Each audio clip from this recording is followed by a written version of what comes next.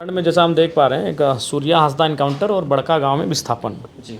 इन दो मुद्दों को हम काफ़ी चर्चित देख रहे हैं। एक नगड़ी का रिम्स 2 का मामला और कुछ है आपका जो आचार्य शिक्षक हैं उनका डीबी का संबंधित मामला। ये कुछ मुद्दे हैं जो अभी इस राज्य में गरमाए हुए हैं और इन मुद्दों पर मैं लगातार अपनी आवाज़ को मुखर कर रहा हूँ, लगातार सरकार से बातचीत कर रहा हूँ, सदन के माध्यम से, पत्राचार के माध्यम से समाधान की मांग कर रहा हूँ।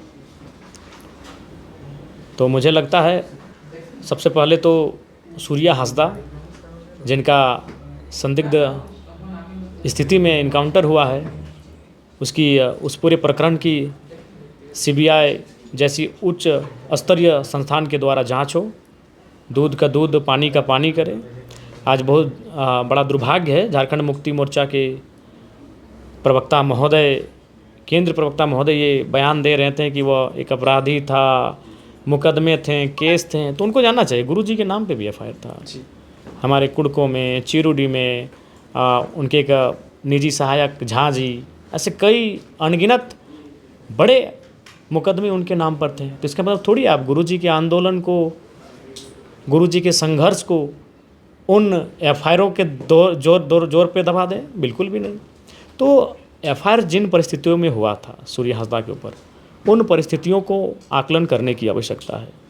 और मैंने बार बार कहा है कि जब जब कंपनी के सामने किसी का एफआईआर होगा, मैं उस व्यक्ति को अपराधी नहीं बागी कहूँगा, क्योंकि मैं जहाँ से आता हूँ, मैं जिस वर्ग से आता हूँ, मैंने कंपनियों के आतंक को लोकतांत्रिक भारत में भी महसूस किया है, देखा है, समझा है। ईस्ट इंडिया कंपनी का केवल स्थानांतरण हुआ है, उसके जगह आज BCCL, CCL, ECL, Tata, Birla, NTPC जैसी तमाम औद्योगिक कंपनियों ने जगह ले लिया है और अंग्रेज़ों से बुरा लूट रहे हैं। अंग्रेज़ों के आप एक सर्वे करिए कि अंग्रेज़ों के समय में भारत की, झारखंड की गरीबी क्या थी और आज सर्वे करिए हमारी गरीबी क्या है। उस समय भुखमरी का स्तर क्या था और आज भुखमरी का स्तर क्या है। उस समय बेरोजगारी का स्तर क्या था और आज बेरोजगारी का स्तर क्या है। उस समय अंग्रेज़ों के कालखंड के और आज के कालखंड के, यानी साफ शब्दों में कहा जाए तो कॉलोनियल टाइम और post colonial time. Colonial time यानी अंग्रेज़ों का टाइम, जो मेरा पीएचडी का रिसर्च भी है, और पोस्ट कॉलोनियल टाइम यानी इंडिपेंडेंस का टाइम। दोनों दौर को, दोनों टाइम को आप अध्ययन करिए, आपको पता चलेगा कि अंग्रेज़ों से ज़्यादा आज के लोगों ने और आज की कंपनियों ने लूटा है। इसलिए मैं जब जब किसी व्यक्ति को कंपनी के खिलाफ पाऊँगा, मैं यह तो अध्ययन जरूर करूँगा कि किन परिस्थितियों में वो खिलाफ है। और जब जब मैंने अध्ययन किया है, अधिकांश जो बागी मुझे मिले हैं वो कंपनियों की गलत नीतियों के खिलाफ मिले हैं। आप गांव उजाड़ दिए, आप जंगल उजाड़ दिए, उन्हें मूलभूत सुविधा नहीं, शिक्षा नहीं, स्वास्थ्य नहीं, चिकित्सा नहीं, रोजगार नहीं, तो कोई भी हथियार उठाएगा, कोई भी बागी बनेगा, कोई भी अपनी आवाज़ को बुलंद करेगा। दूसरा, अभी बड़का गांव बहुत ही संवेदनशील क्षेत्र बना है।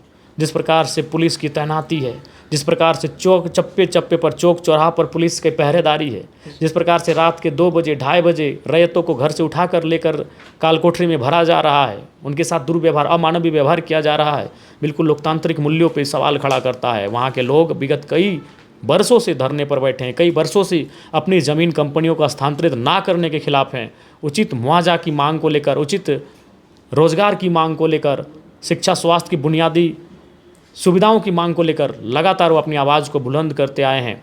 चाहे पीटीपीएस पतरातू का क्षेत्र हो, गोंदलपुरा का क्षेत्र हो, या 13 माइल्स में कट ऑफ डेट को लेकर धरना में बैठे उन नौजवानों का आंदोलन हो, या फिर अब तो वहाँ पूर्व विधायक जो सरकार, कांग्रेस दल की एक राष्ट्रीय स्तर की नेत्री, पूर्व विधायक, उनके परिवार में उनके माता पिता सदन के पूर्व सदस्य रह चुके हैं, मंत्रालय का कार्यभार देख चुके हैं, और उन्हें जिस प्रकार से धमकी दिया गया, जिस प्रकार से उन्हें धमकाया गया, डांट फटकार किया गया, जिस प्रकार, तो कहीं ना कहीं एक महिला नेत्री होने के नाते वाले पार्टी की विचारधारा भिन्न हो सकती है। 2019 में दो हाथ फिर आमने सामने होंगे, लेकिन जब विस्थापन की बात आएगी, जब झारखंडियत की बात आएगी, तो चाहे सामने हेमंत सोरेन रहो, सुदेश महतो रहें, या बड़का गाँव की पूर्व विधायक रहें या वर्तमान विधायक रहें, मैं ज़रूर उनका नैतिक समर्थन जरूर करूँगा।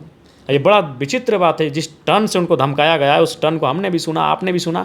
एक महिला नेत्री से ऐसा बात करने का दुस्साहस कोई कर रहा है अभी, एक दक्षिण भारत का व्यक्ति झारखंड की सरजमी में आकर करोड़ रुपए का व्यापार करके अगर आपको ही धमका रहा है आपकी ज़मीन पे, तो सोच सकते हैं कितना चिंता का विषय है। और ये दुर्भाग्य की बात है कि उनके राजनीतिक दल के लोग खड़े नहीं हो रहे उनके साथ। तो मुझे ऐसा कहीं ना कहीं लग रहा है, इलेक्ट्रल बॉन्ड का एक चर्चा जोरों से था, मुझे लगता है कहीं सर्वे करने की आवश्यकता है, जाँच करने की आवश्यकता है। आज उनके दल के लोग, आज जिनकी राज्य में सरकार है, आज पूरे के देश में वह राहुल गांधी के नेतृत्व में जगह जगह जाकर अपने लोगों की आवाज़ को बुलंद कर रहे हैं। और इस विषय पे अगर वे लोग खामोश हैं एनटीपीसी मामले में, उनके नेत्री के साथ घटना के विषय पर, तो मुझे लगता है इलेक्ट्रल बॉन्ड के नाम पर उनकी पार्टी को भी बड़ा चंदा गया होगा। और जब तक ये चंदा का धंधा रहेगा भैया, ईस्ट इंडिया कंपनी से बुरा शासन ये कंपनी करेगी। ये कंपनी बुरा शासन करेगी और तरपाएगी लोगों को, जब तक राजनीतिक पार्टियाँ, भारतीय जनता पार्टी है, चाहे कांग्रेस, जेएमएम या कोई अन्य पार्टी रहे, अगर कंपनी से इलेक्ट्रल बॉन्ड के नाम पर चंदा लेगी तो इसी प्रकार रैयतों को काल कोठरी मिलेगी, रैयतों को इसी प्रकार से सजाएं मिलेंगी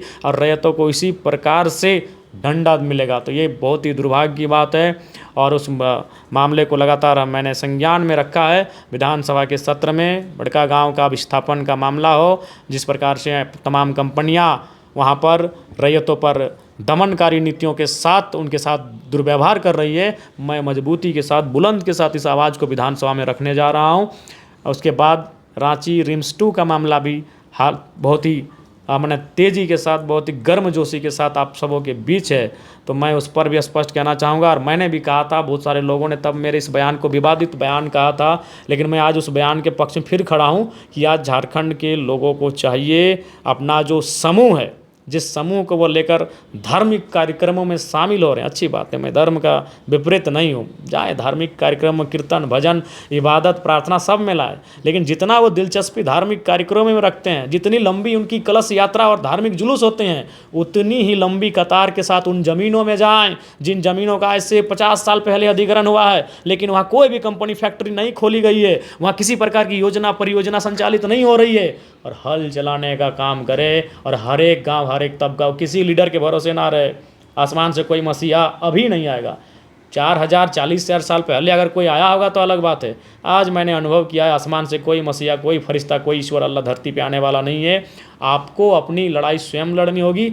तो मुझे लगता है कि पूरे झारखंड के लोगों को अब अपनी ज़मीन, जो कंपनियों ने कई वर्षों पहले लिया है और कोई काम वहाँ नहीं किया है, ऐसा तो नियम बनता है कि कंपनी को वापस कर देना चाहिए ज़मीन, उसमें राज्य सरकार को हस्तक्षेप करना चाहिए। लेकिन यहाँ तो देख ही रहे हैं, एचईसी की ज़मीन को स्मार्ट सिटी के नाम पर बेचा जा रहा है। ज़मीन लिया है 30 पैसा डिसमिल और 30 लाख रुपया डिसमिल बेचा जा रहा है भैया।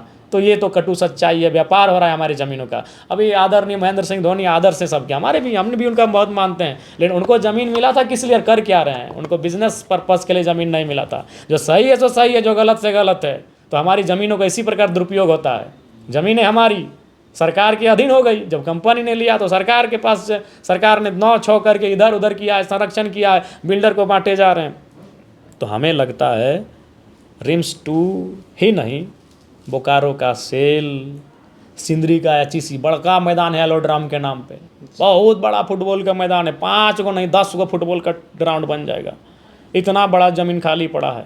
ऐसी ज़मीन पर लोग जितना धार्मिक कार्यक्रम में, धार्मिक जुलूसों में, चाहे वो रामनवमी का जुलूस हो और मुहर्रम का जुलूस हो, जितनी ऊर्जा के साथ जाकर कार्यक्रम को करते हैं, उससे कई ज़्यादा ऊर्जा के साथ अपनी ज़मीनों पर जाएं और बिल्कुल वहाँ भी झंडा गाड़ने का काम करें, हल चलाने का काम करें। मैं उनसे एक कहना चाहूँगा, आह्वान करूँगा। आप जा रहे हैं हल जतने आप जा रहे हैं, क्योंकि 24 तारीख को हल जतने 24 तारीख को हम पूरा प्रयास करेंगे कि हमारी सशरीर वहाँ उपस्थित रहे, क्योंकि मेरा भी पूर्व में कार्यक्रम विस्थापन का ही निर्धारित है पतरातू में, पतरातू PTPS में हमारा एक कार्यक्रम विस्थापन का, चूँकि बड़कागांव भी विस्थापन के दंश को झेल रहा है अभी लगातार, तो पतरातू से एक हमारा कार्यक्रम है। लेकिन हम प्रयास करेंगे कि यहाँ सुबह 9-10 बजे अपनी उपस्थिति देकर हम पतरातू जाएँ, ये हमारा प्रयास रहेगा। मतलब हल जतने का पूरा प्लानिंग है आपका भी? नहीं, मैं समर्थन करता हूँ उस कार्य का, मेरी भागीदारी भी होगी तो ये मेरे लिए खुशी की बात होगी। लेकिन जेएमएम वाले तो कह रहे हैं ना कि आप लोग जो है विकास के विरोधी हैं, हॉस्पिटल बन रहा है, आप लोग बाधा पहुंचा रहे हैं। अरे विकास तो अंग्रेजों ने भी किया था, तो अंग्रेजों काहे भगा दिए?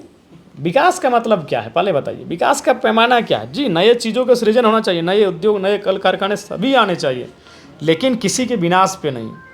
आपने अस्पताल बना दिया, अब पारसनाथ के पहाड़ को काट के बनाइए कि दलमा के पहाड़ को काट के? सारे कितना पठारी ज़मीन है, पठारी ज़मीन में बनाइए, पहाड़ी ज़मीन है, रे बहुत सारे बंजर ज़मीन है, वहाँ बनाइए। और अगर ये ज़मीन आपको लेना ही था तो एक जो भूमि अधिग्रहण अधिनियम 2013 का कानून कहता है कि लोगों एक ग्राम सभा होती, 80% लोगों की रजामंदी होती और अब ज़मीन लेते हैं, एक्वायर करते हैं, एक न्यायिक जो उचित मुआवजा बनता है मुआवजा दे देते हैं और अस्थाई नौकरी परिवार के एक सदस्य को अस्थाई नौकरी दे देते हैं, समय समय पर एक राहत पैकेज देते रहते हैं और ले लेना चाहिए था। लेकिन आप जबरन लेंगे ये कोई अब बर्दाश्त नहीं करेगा। बहुत विकास देखा रहे 70 साल से तो झारखंड के लोग विकास देख ही रहे हैं।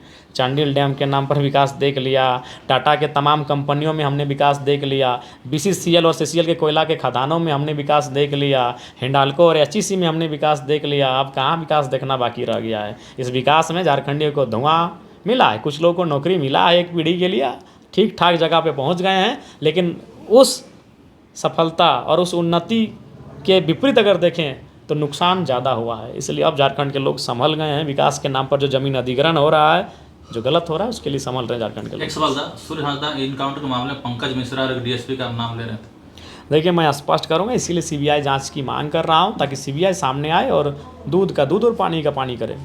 तो क्या लगता है कि जिस तरह से आप CBI जांच की मांग कर रहे हैं, आप लोग भी कर रहे हैं, BJP वाले भी कर रहे हैं, तो ये पॉसिबल कैसे है? आपके तो सरकार के लोग तो आपको साथ ही नहीं दे रहे हैं। देखिए, एक बात है, जब जन आंदोलन होता है तो सरकार को बाध्य होना पड़ता है। जब जनता, आज मान के चलिए उनको ऐसा लगता है कि विधायक लोग, ये जब जनता सड़कों पे आएगी, जब जनता सीधा संवाद करेगी सरकार से कि हम इन जांच की जो मांग उठ रही है उसके समर्थन में, तो सरकार को बाध्य होना पड़ेगा। तो इस तरह से जो इनकाउंटर वगैरह देख के एक विधायक हो या एक सांसद हो या जयराम महतो झारखंड में कितना जो है सेफ फील करते हैं? देखिए, सेफ तो झारखंड में कोई नहीं है। झारखंड एक समय था, खेत खलिहान जंगलों की धरती थी।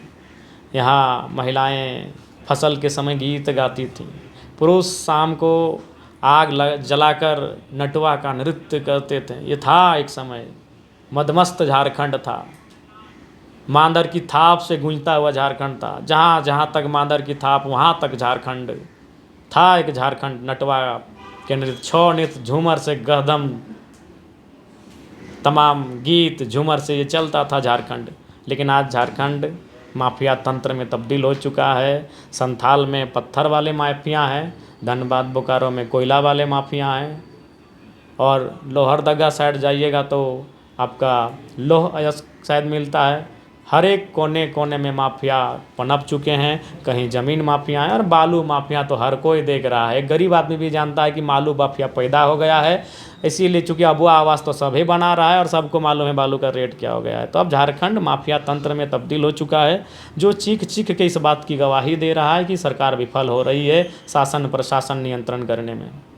रिम्स 2 को जो हल जोतने की जो बात है, क्योंकि आपके संगठन के लोग बहुत जगह जो हल जोतते हुए नजर आए हैं, तो आपका संगठन के तमाम लोग इकट्ठे होंगे उस दिन रैयतों के साथ? देखिए, तमाम लोग, देखिए एक बात है कि जो वहाँ के नेतृत्व करता है, पत्रकार महोदय, सबसे पहला बात है कि पूरे राज्य में लोग संकट में हैं, तो एक संकट में सारे लोग आके नहीं खड़े हो पाएंगे। अगर वो यहाँ पे आके खड़े होंगे तो फिर कहीं संकट बरकरार रहेगा। तो संकट धनबाद में भी है उसी समय, संकट बोकारो रामगढ़ मांडू बड़का गाँव में भी है उसी समय, संकट संथाल परगना में भी उसी समय है, संकट सरायकेला कोल्हान में भी उसी समय है। तो जो यहाँ के लोग हैं, इस आसपास इर्द गिर्द क्षेत्र के जो हमारे साथी हैं, वो इस संकट में खड़े रहेंगे। जो धनबाद वाले साथी हैं वो धनबाद के संकट में खड़े रहेंगे। संकट पूरे राज्य में है और पूरे राज्य में संकट से निवारण करने के लिए हमें एकजुट होकर लड़ाई को लड़ने की आवश्यकता है। उड़ीसा में भी शायद आपका प्रोग्राम होने जा रहा है, अलग अलग राज्यों में लगातार आपका प्रोग्राम हो रहा है, क्या विषय है वहाँ? देखिए, सबसे पहला बात है, सबका प्यार लगातार बढ़ रहा है डुमरी विधायक के लिए, जो कि मैंने इन विगत 7-8 महीना जो मेरा विधायकी का कार्यकाल रहा है, वो एक आम व्यक्ति के लिए बड़ा प्रेरणादायक रहा है कि एक साधारण सरल सा लड़का, एक गांव का लड़का, एक मिडिल क्लास फैमिली, एक गरीब तबके का लड़का राजनीति में आया है। तो लोग अपना प्यार, अपना दुलार, अपना लाड लुटा रहे हैं और इसीलिए जगह जगह कार्यक्रमों के माध्यम से जा रहे हैं। उड़ीसा भी जा रहे हैं? जी, उड़ीसा जा रहे हैं। आप दोनों भी बाइक से आ सकते हैं, गाड़ी में थोड़ा सा जगह का अभाव रहेगा।